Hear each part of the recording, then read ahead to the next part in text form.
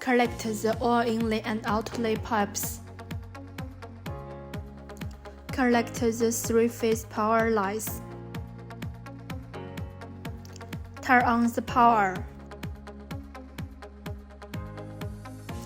Yellow and green display indicating the phase sequences correct. Open the oil inlet and outlet valves. Turn on the vacuum pump.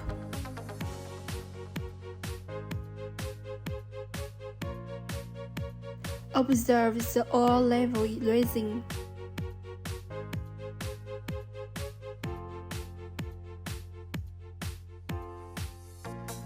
And the vacuum degree rising at the same time.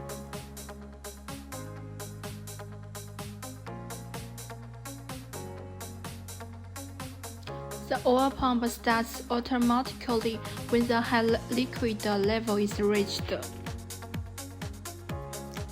Set the heater temperature to 65 degrees Celsius.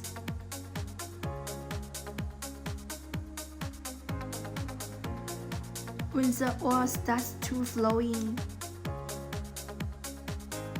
turn on the heater.